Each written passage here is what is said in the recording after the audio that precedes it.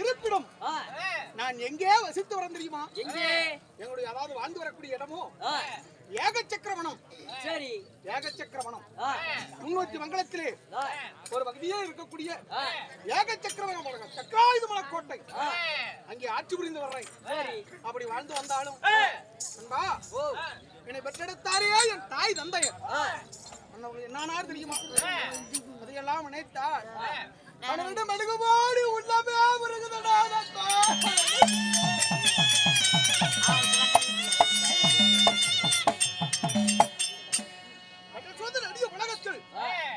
உலகத்தில் ஜென்ம விரோதிகளும் உண்டு,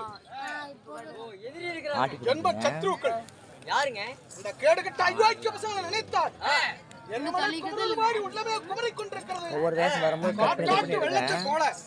கோபமே பொங்கி எழுகிறது.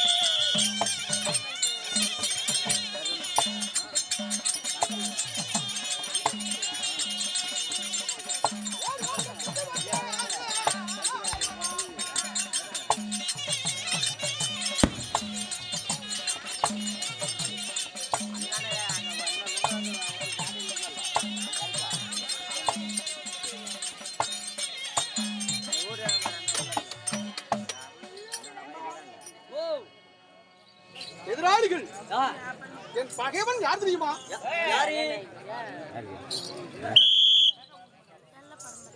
அவனையும் 56 பாளையத்திலே பஞ்ச பாண்டவன் என்று அழைக்கிறார்களே அந்த கேடுகட்ட அயோக்கிய பசங்க. நாய்க்கு பெயர் முத்துமாலையா, விளக்கு மாத்துக்கு பெயர் பட்டு குஞ்சமா. பஞ்ச பாண்டவன் என்ற பட்ட பேர் உண்டா? அந்த கேடுகட்ட அயோக்கிய நாய்கள் அந்த கண்டவன் கொடுத்தாங்களே குண்ட கதாதிகள். எதிரி அந்த பஞ்ச பாண்டவர்கள்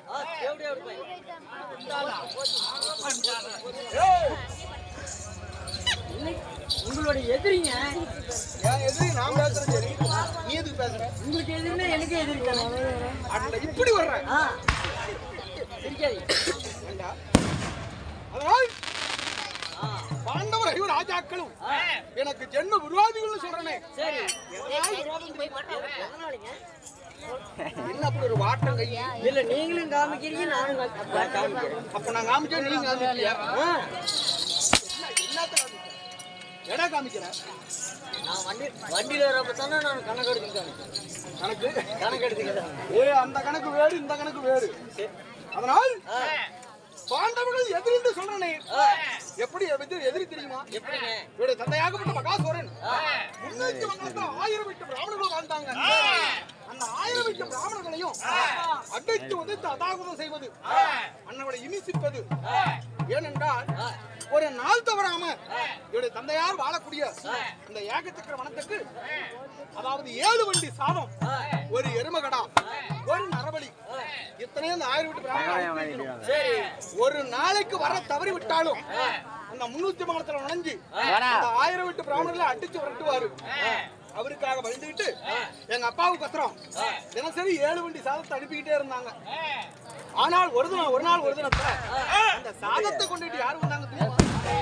ஒரு நாடு குருகுலம், சரியான சந்திரகுலம் வம்சத்திலே பிறந்த தருமருக்கு நேர் இல்லையோ அந்த மதம் கொண்ட பீமச்சானை, அந்த பெருஞ்சோறு திண்ணி அந்த பீமனே வந்த உடனே அந்த பீமனுக்கும் மகாசூரனுக்கும் கடும் போர் ஏற்பட்டது. ஒரே போர்.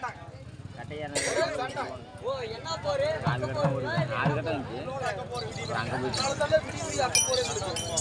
சாமி 7 வண்டி சோத்த ஒரே ஆளே திங்குறானா? அவன் எவ்வளவு பீ பெறுவான்?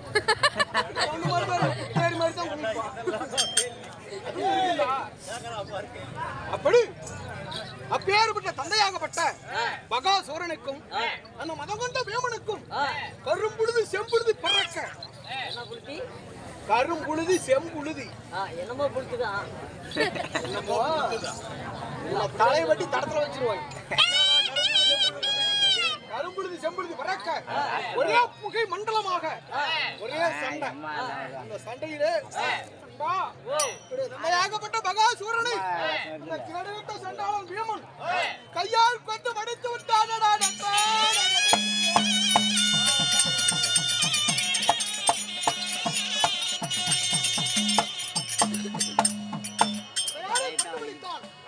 மதம் கொண்ட பீமன் என்னுடைய தாயாகப்பட்ட ஆரவல்லி பார்த்தால் நாம இருப்பது 7 பேரும் பெண்களாக இருக்கிறோம். இந்த வனத்திலே இருந்தோமானால் அந்த சண்டையை பார்த்த உடனே 1000 பிராமணர்கள் ஓட்ட முடிச்சுட்டாங்க. அப்படி தாயாகப்பட்ட ஆரவல்லி எடுத்து சென்று அடம்பெரும் கானகத்திலே விட்டு சென்று விட்டார். ஏழை விளக்கு நெல்லூர் பட்டணம்.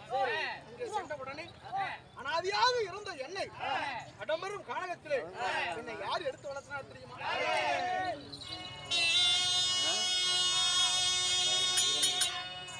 அடுத்து வாழத்தோரி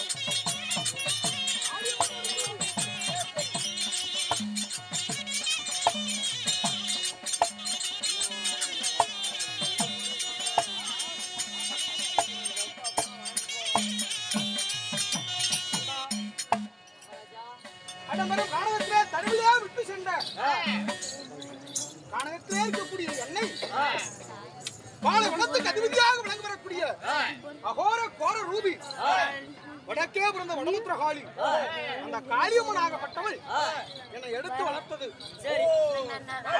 ஆமா, அந்த காளிமுடி கிருமலாட்சத்தால நான் வளர்ந்த ஆளானேன்.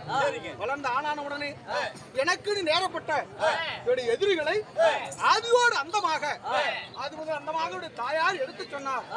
பாண்டவர் தான் உடைய தந்தையாரை கொண்டு பிடித்தான். அந்த மதம் கொண்ட பீமன் தான் உடைய தந்தையை கொண்டவை. அதனால் அந்த பாண்டவரே உனக்கு ஜென்ம விரோதிகள் அப்படின்னு காளிதேவி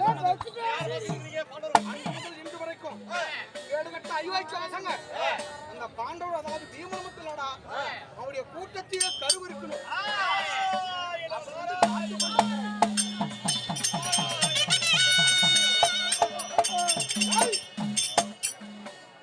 தாயாகப்பட்ட காளிதேவி சொன்னால் பாண்டவர் என்றால் நான் கேள்வித்தான் பட்டிருக்கிறேன். பாண்டவரை நான் நேரில் பார்த்ததில்லையே, என்னோட எதிரிகள் நான் எப்படியம்மா அடையாளம் தெரிந்து கொள்வது அப்படின்னு கேட்கும்போது அன்னையாகப்பட்ட காளிதேவி சொன்னாள். அதனால் காளிதேவி ஆகப்பட்டவள் சொன்னாள், நெற்றியிலே போன ராமனிந்திருப்பார், அடிக்கடி அடிக்கடி நாராயணா என்ற மந்திரத்தையே சொல்லிக் கொண்டிருப்பார். அண்ணவனே உனக்கு ஜென்ம விரோதிகளடா அப்படின்னு காளிதேவி சொன்னாள். அன்று முதல் இன்று வரைக்கும் அந்த தேடி போவது வணக்கம். அதனால் இன்னைக்கு தேடி போக வேண்டும்.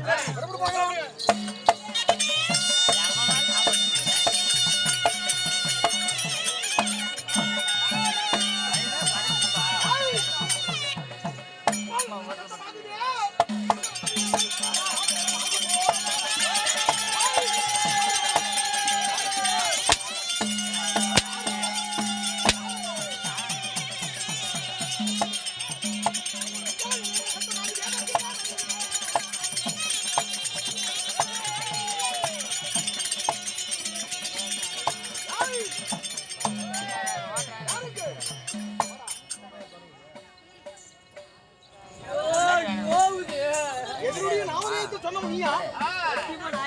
யாரா நாராயணான்னு சொன்னது? சத்தியமா நான் இல்லை. நீ சொல்லியா? எப்ப சொல்றா நாராயணன்? நீ சொன்னியா? நான் சொன்னியா?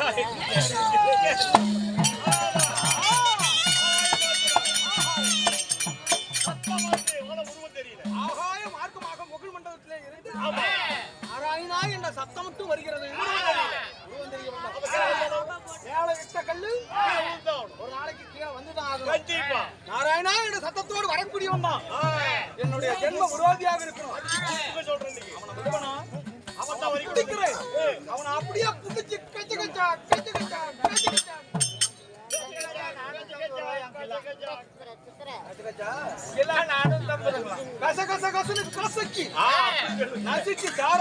தாகத்துக்கு தண்ணீரா குடிக்கிறேன். அடிக்க எல்லாம் கண்டாரி கூடாது.